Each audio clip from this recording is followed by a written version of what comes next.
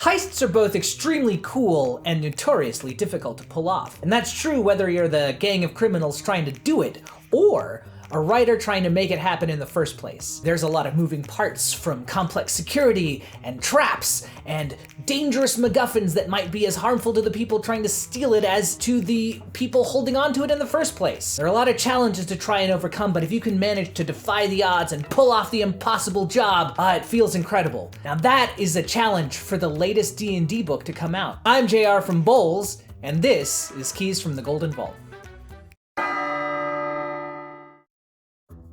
Keys from the Golden Vault is a 202-page adventure anthology containing 13 different heist-themed adventures. They run from various levels, from level 1 all the way up to level 13, as you might have guessed, and they involve a wide variety of locations, enemy types, objectives, and things like that. They also have rules for trying to make heists work in D&D, which is kind of a difficult thing to do because D&D, if you've played it at all, you know, the answer is always kick in the door and start swinging swords and casting fireballs. How do you balance that with the tension and pacing and the escalating threat and conflicting, surprising reveals of a heist? Well, you try something a little bit like what they've done in here. A lot of the adventures have kind of mechanics to try and play with that element. Ultimately, I think it's spread a little bit too thin, but we'll get to that in a minute. So in a nutshell, this book approaches heists from a very specific standpoint. One of the big approaches that the book takes to heists is from a very specific angle. It's definitely full of the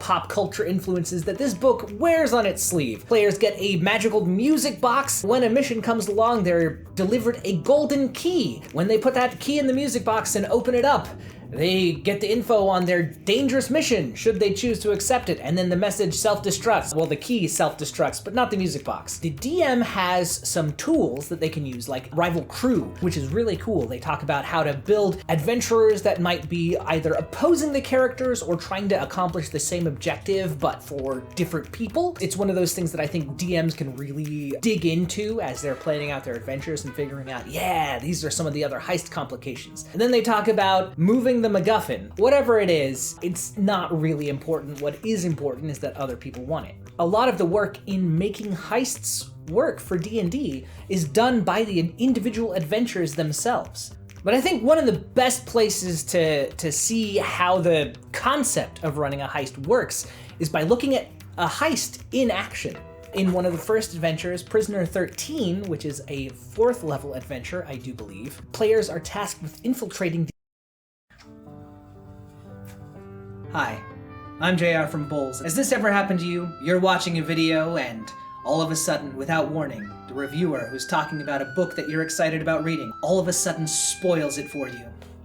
Spoilers are a plague that affects millions of viewers across YouTube. We're here today to tell you that for as little as a click of the subscribe button a day, you can help warn other people about spoilers.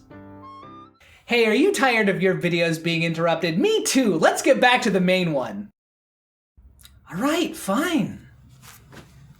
The Revel's End Prison, which is in the icy reaches of the frozen north of Icewind Dale. If you played through Icewind Dale Rime of the Frostmaiden, you'll be familiar with this prison, and may have even staged a breakout from there, or break-in, I don't know how you played your campaign. But one of the really cool mechanics that they introduce is the idea that the prison has an alert level that goes from 1 all the way up to 6. And as you get higher on the alert level, you might run into more guards, more doors are locked, more sentries are there, people are going to ask more questions, you're expected to be in the prison for a while. The more suspicious you act, the bigger your chances are of getting caught, which is super exciting. One of my favorite adventures in this is the party at Palisade Hall. For this adventure, you're assigned to break into a party. It's one of the social stealth kind of adventures, and I think it's a really cool challenge that a lot of D&D characters are primed for because you've got that charisma score, but you don't often get to use it. You can impersonate a noble to go in,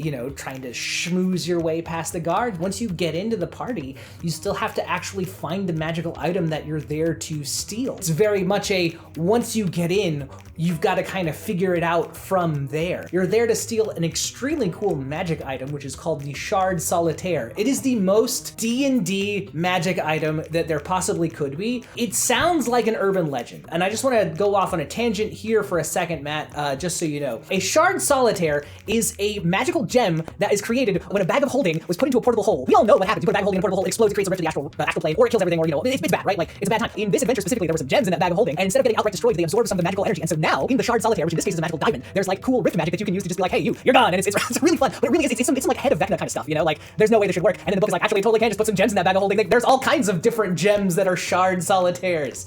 Just don't get destroyed or sucked into the astral plane as it happens.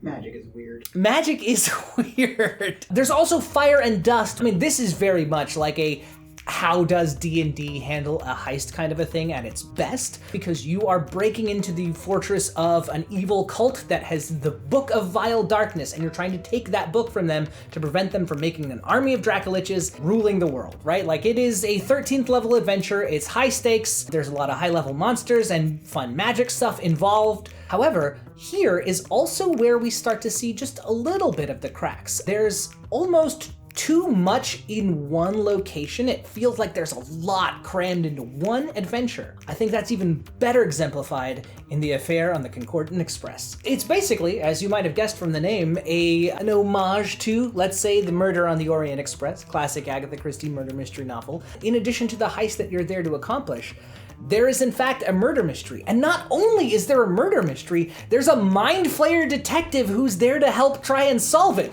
which is hilarious. I saw the artwork for this and was like, oh, this is amazing. I cannot wait to read through this adventure and see what it's like. When you get to the part of the murder mystery, it just kind of ultimately goes nowhere. It's like a side thing that's kind of crammed in because it's the heist on a train. In fact, as the players investigate the mystery, you read that the mind flayer detective, cool guy that he is, he's already solved it. He's there to provide telepathic guidance to the players if they start trying to accuse the wrong suspects. He's like sort of the guide rails, the bumpers that come up in the gutters of the bowling alley of your mind to say, wait a minute, maybe you're accusing the wrong person. The exact phrasing is like, your accusation is going off the rails. I suggest you ponder the evidence a little bit more closely, which is meant to prevent players from being frustrated by the twists and turns of a mystery, but why have that element if you're not going to use it? There's a lot of stuff like that that's kind of sprinkled throughout, and I think that comes down to the fact that a lot of this stuff is spread very thin. There's a lot crammed into 13 adventures, and there's 13 adventures crammed into 202 pages. I think 6 adventures, you know, each with twice the length and more space given every beat room to breathe and room to like have fleshed out consequences, because that's another thing that this book is a little bit light on. It kind of puts the onus on the DM to figure out like what happens if things go wrong. There's no suggestion of like, if the players get caught, if they trip the high alert system, this is what the main guy does to make it even harder or to make them outright fail their objective. You can really feel the book struggling against the page counts. Each of these adventures could use just a little bit more care, a little bit more craft. It is very hard to make Dungeons & Dragons do something that Dungeons & Dragons isn't meant to do. There's actually surprisingly little guidance. It's one of the things that I talk about when I say the book is spread a little too thin. Adventures often don't take into account what happens if the players just decide to be a D&D party, go in, fireballs blazing, killing everyone. And that's fine, it's not necessarily their job to do it. There are other games that you can run a heist in, like Blades in the Dark or Lasers and Feelings' hack, Honey Heist. They didn't commit all the way to it. They went for quantity over quality. That's one of the places where I feel like the book suffers. The book still does a few things really well. This book does a great job of presenting players with enough information to get the ball rolling, but not so much that their only path is prescribed. I think it's something that it's really cool. I love it, and I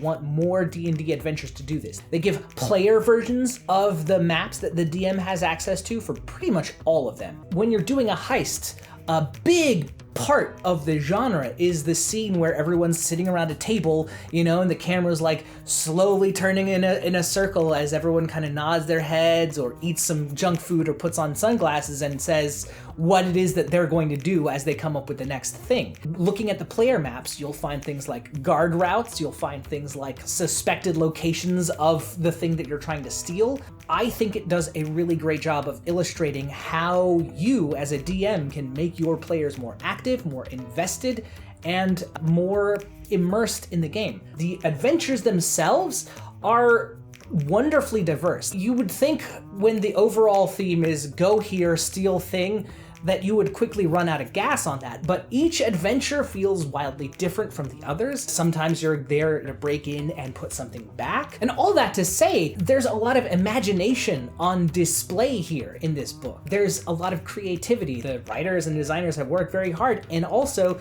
I talked about the shard solitaire. There's a number of other magical items that are kind of sprinkled throughout here. A caveat, it only works if you've got the kinds of players that like doing that sort of thing.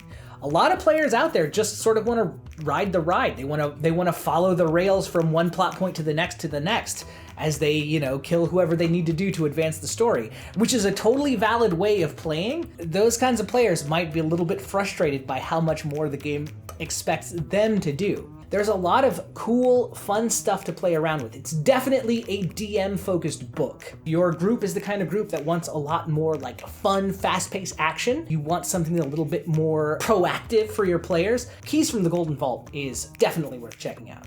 So in a nutshell, Keys from the Golden Vault asks the DM to do a lot of extra work, but that extra work is very fun and you're given some very cool play sets to play around with. You've got 13 wildly different adventures, each one full of toys that you can play with as long as you are willing to put in the time and effort to play with them. You didn't get into this hobby because you have too much free time that you just don't know. Wait, no, you did get into this hobby because you have too much free time. Dragons, because you don't have any free time. No, you got into this because you like thinking about D&D, you like planning adventures, you like making them, and Keys from the Golden Vault does have a lot to chew on. That kind of expects you to do a little bit more work than I would like. If that's what you're into, this book is going to be a ton of fun.